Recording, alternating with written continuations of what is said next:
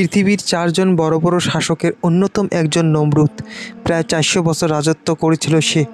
খলিলুল্লাহ হজরত ইব্রাহিম আলাইসাল্লামের সময়কালের শাসক ছিল নমরুদ।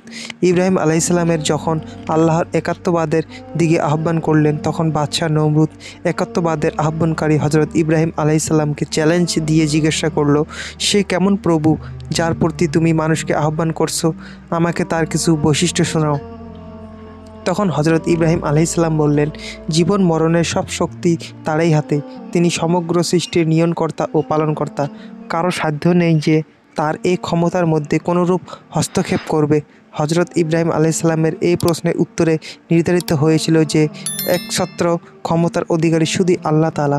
তারপরে নমরুদ নিজেকে জীবন মৃত্যুর ক্ষমতার অধিকারী বলে দাবি করে মৃত্যুদণ্ডপ্রাপ্ত দুজন কয়েদিকে ডেকে এনে একজনকে ফাঁসি আর একজনকে ক্ষমা করে মুক্তির নির্দেশ দেয়, আর বলে, আমি নিজে মানুষকে জীবন দান করি এবং মৃত্যু ঘটাই।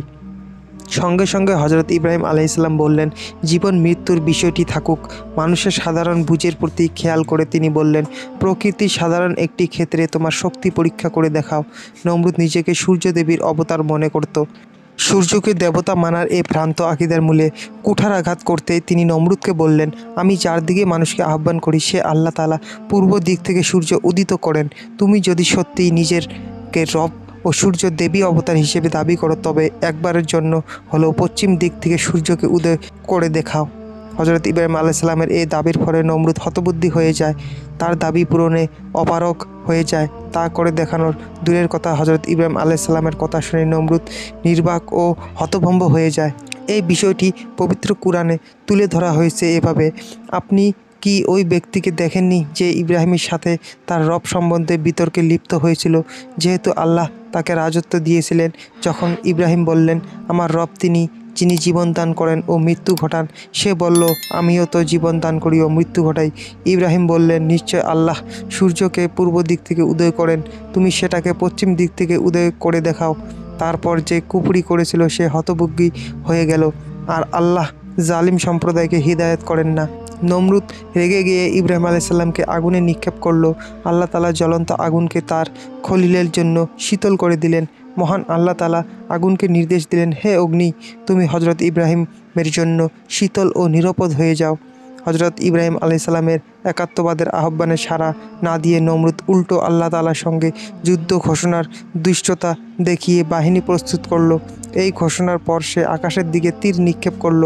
এই সময় হজরত ইব্রাহিম আলাইসাল্লাম দূরে আকাশের দিকে আঙুল দিয়ে দেখালেন, দূরে কালো রঙের একটা মেঘ আছে দেখা যাচ্ছিল। যখন সেটা কাছে চলে এলো, লাখ লাখ মশার গুনগুন শব্দ ময়দানে মুখরিত হলো।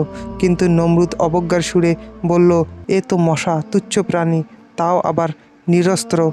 এই সময়ের মধ্যে নমরুদের প্রত্যেক সৈন্যের মাথার উপর মশা অবস্থান নিল। তাদের বুঝে ওঠার আগেই মশাগুলো তাদের নাক দিয়ে মস্তিষ্কে প্রবেশ করলো, তারপর দংশন করা শুরু করলো। সৈন্যদের মধ্যে বিশৃঙ্খলার সৃষ্টি হলো।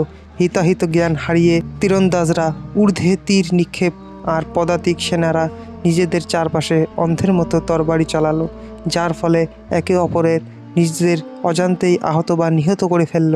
মশার সঙ্গে যুদ্ধ চলাকাল অবস্থায় নমরুদ পালিয়ে প্রাসাদে চলে এলো। এই সময় একটি দুর্বল ল্যাংড়া মশা তাকে তাড়া করলো এবং কিছুক্ষণ মাথার চারপাশে ঘুরে নাক দিয়ে মস্তিষ্কে ঢুকে পড়ল। এরপর মগজে দংশন করা শুরু করলো। নমরুদ যন্ত্রণায় অস্থির হয়ে উন্মাদের মতো প্রাসাদে প্রবেশ করলো এবং যন্ত্রণা দিশেহারা হয়ে নিজের পায়ের জুতো খুলে নিজের মাথায় আঘাত করতে শুরু করলো। অবশেষে মাথায় মৃদু আঘাত করার জন্য একজন সার্বক্ষণিক কর্মচারী নিযুক্ত করা হলো।